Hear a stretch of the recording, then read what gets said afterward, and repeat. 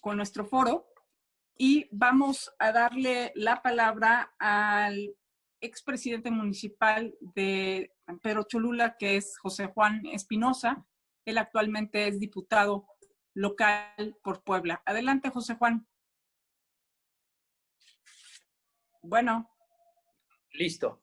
Ya. Listo.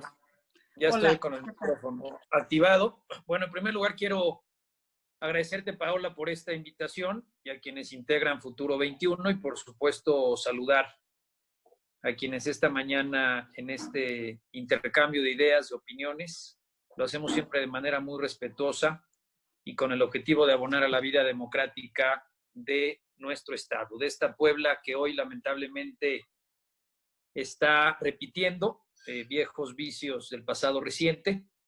Yo quiero dejar muy claro que al día de hoy me siento orgulloso de haber formado parte de esa coalición. Juntos haremos historia, que abonó para el triunfo del presidente Andrés Manuel López Obrador, pero también he dejado muy claro desde el Congreso del Estado que muchas cosas en la parte local, en la parte estatal, no se están haciendo bien. Siempre he tratado de poner en práctica un código de ética parlamentario donde cualquier iniciativa de ley, cualquier punto de acuerdo, venga de quien venga, si es para bien de Puebla y los poblanos, lo voto a favor. Pero cuando se atenta contra la libertad, la dignidad, el patrimonio o la vida de los poblanos, por supuesto que no solamente nos pronunciamos o votamos en contra, sino que hacemos todo lo moralmente posible para que esos agravios no se cometan. Lamentablemente, durante el gobierno de Miguel Barbosa, hemos sido testigos cómo en Puebla se ha tenido un cambio cosmético. No es un gobierno local que esté poniendo en marcha principios, valores de las fuerzas progresistas. Yo formé parte de lo que en su momento fue la coalición por el bien de todos, primero los pobres, desde el año 2006, luego en el 2012, siendo militante y dirigente de Convergencia en el estado de Puebla. Y hoy pues podemos ver cómo el gobierno que encabeza Miguel Barbosa pues cada día está mucho más alejado de esas luchas históricas de la izquierda poblana. Hoy vemos un gobernador que intenta tomar el control de la universidad pública, un gobernador que es capaz incluso de meterse en la vida privada y con la familia de quien son sus adversarios políticos, y un gobernador que ha mantenido al Congreso del Estado como una oficialía de partes, un poder público que incluso desde el arribo de Miguel Barbosa han sido decisiones absurdas, como votar en sentido contrario a lo que en los primeros meses de la instalación de esta 60 legislatura habíamos logrado.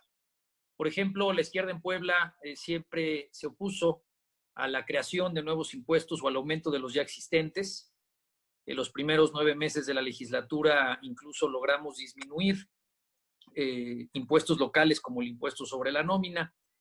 Y desde el arribo de Miguel Barbosa, esta legislatura ha sido capaz no solamente de volver a incrementar los mismos impuestos que meses anteriores habíamos disminuido, como el impuesto sobre la nómina, sino incluso crear nuevos impuestos como fue el impuesto a juegos, sorteos o el llamado coloquialmente impuesto al turismo, que es el impuesto al hospedaje.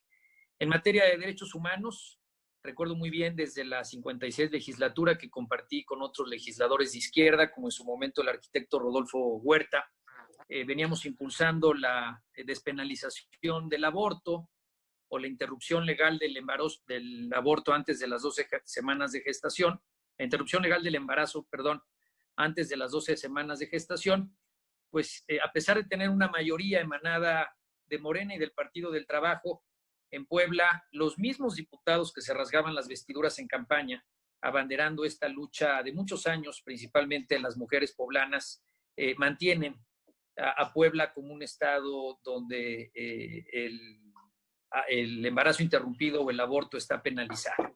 Así podríamos enlistar una serie de acciones desde el Congreso del Estado, donde hoy se tiene un fiscal carnal, un auditor que a todas luces fue un operador electoral de las dos últimas campañas en las que participó Miguel Barbosa, un titular de la Comisión Estatal de Derechos Humanos que, a pesar de haber reprobado y haber quedado en último lugar la parte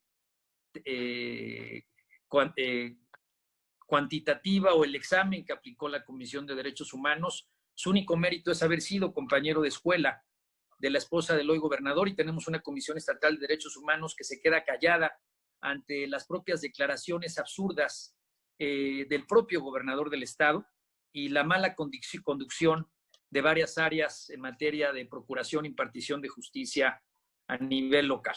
Y bueno, lamentablemente esa ha sido la constante. Ahí está una ley de educación que advertí que era una ley de educación que iba a generar mayores desencuentros entre el gobierno y la sociedad, una ley de educación local que es una respuesta política a la marcha universitaria del 5 de marzo, como lo señalé y lo advertí desde la tribuna del Congreso del Estado, y donde lo único que pedimos quienes venimos caminando desde el 2006 con Andrés Manuel López Obrador es que se replicara el Parlamento abierto, como en su momento y de manera muy atinada lo hizo la Cámara Baja y la Cámara Alta del Congreso de la Unión en la misma materia, en lo que fue la ley general. En Puebla, la reforma educativa que en su momento concretó el gobierno anterior, encabezado por Rafael Moreno Valle, no tenía que ver con una ley de educación exclusivamente. Fueron una serie de reformas a la ley de los trabajadores al servicio del Estado, a la ley del ISSSTE, donde se perdieron conquistas laborales. Y bueno, hoy en Puebla estamos viviendo y sufriendo un gobierno que presume ser de izquierda, pero que incluso a las buenas decisiones, y lo tengo que decir y reconocer, que ha tenido el presidente López Obrador, que podrá ser muy criticado y hoy podrá estar viviendo una crisis que ninguno de nosotros ni de ustedes imaginábamos, pero lo único que está haciendo es cumplir con lo que se comprometió en campaña. Cuando hoy se le cuestiona el por qué construye el Tren Maya, o por qué mantiene la construcción de Dos Bocas, o por qué no concretó la construcción del nuevo aeropuerto en Texcoco, pues es simplemente consecuencia de los compromisos y de la oferta electoral que hizo durante la campaña del 2018. Para mí, en lo personal, el presidente López Obrador lo único que está haciendo es cumplir con sus compromisos, con sus programas sociales, pero sí tengo que reconocer que hay muchos integrantes del gabinete o de la gente más cercana a su círculo que no han sido capaces de modificar las acciones de gobierno ante una realidad que hoy estamos enfrentando, una crisis en materia de salud, una crisis en el modelo de seguridad social que nunca se debió haber modificado con esa ligereza y sin tener los elementos técnicos, jurídicos, mucho más claros de lo que significa de lo que significa hoy enfrentar una pandemia de esta naturaleza. Y en un segundo tema, pues también la crisis económica como consecuencia no solamente del COVID-19, sino de la propia crisis petrolera que se vive a nivel mundial. Yo estoy convencido que el presidente de la República tiene que modificar, tiene que tropicalizar, por así decirlo coloquialmente, para que aquellas necesidades que se tienen en los diferentes estados se puedan concretar. Y en el caso de Puebla, pues vamos a seguir por lo menos lo que resta de esta 60 legislatura, intentando que las decisiones del Congreso no se tomen de manera unilateral, por mandato, por capricho del gobernador Miguel Barbosa. Me preocupa mucho que en estos esfuerzos que se están generando a nivel local, me preocupa y me sorprende que incluso podamos coincidir con actores políticos de otras fuerzas no cercanas a los partidos emanados o de los cuales emanó el gobernador Luis Miguel Barbosa. Yo creo que Luis Miguel Barbosa, ese discurso de reconciliación, pues se quedó en las lonas de espectaculares. Sus compromisos que hizo en campaña, todos y cada uno de ellos son letra muerta. Y a mí me gustaría invitarlos para que, respetando esas diferencias, podamos tener muy claro que lo que necesita Puebla, por supuesto, es la suma de esfuerzos, lograr una unidad más allá de colores, pero tener muy presentes y muy, muy claro que el gobierno de Luis Miguel Barbosa, desde mi punto de vista, nada tiene que ver con la auténtica cuarta transformación. El presidente no ha aumentado impuestos, no aumentó el IVA, no ha hecho modificaciones en materia fiscal como sí lo hicieron a nivel local. El presidente Andrés Manuel ha sido respetuoso de las decisiones del Congreso de la Unión, en particular de la Cámara Alta.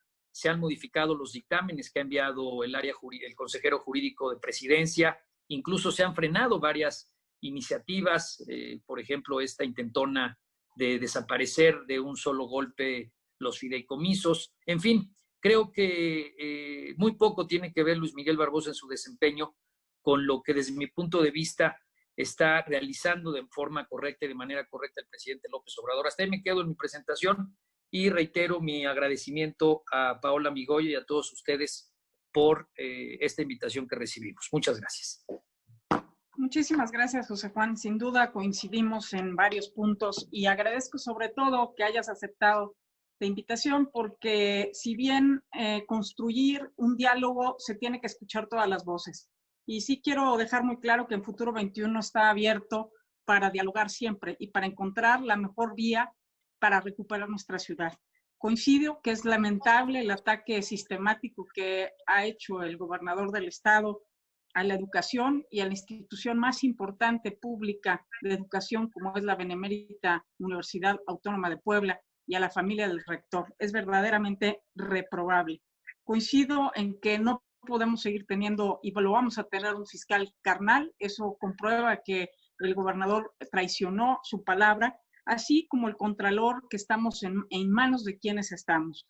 Igual que hemos perdido los organismos tan importantes como la Comisión Estatal de Derechos Humanos, que deberían de estar en manos de gente próvida, de gente que tiene un gran liderazgo y que había muy buenos candidatos. Coincido que deberíamos de abonar a un tema de parlamento abierto y pues te reitero mi agradecimiento por haber participado, porque eso habla bien de ti, habla de que tienes un espíritu de construir y no de destruir como lo tienen algunos en el ámbito de la coalición, porque esto se trata de construir con todos. No podemos realmente solo oír las voces que queremos oír. En lo personal, tú sabes que yo soy una ávida pues crítica del presidente, pero aún así hoy es el presidente de la República y tenemos que encontrar las mejores vías para fortalecer nuestras ciudades y para recuperar la vía democrática y la vía de la institucionalidad y no la de los caprichos ni de las ocurrencias. Te agradezco, José Juan, como siempre, es un gusto saludarte a ti en esta mañana. Gracias, igualmente, Paula. Y aquí sigo escuchándolos. Muchas gracias. Gracias.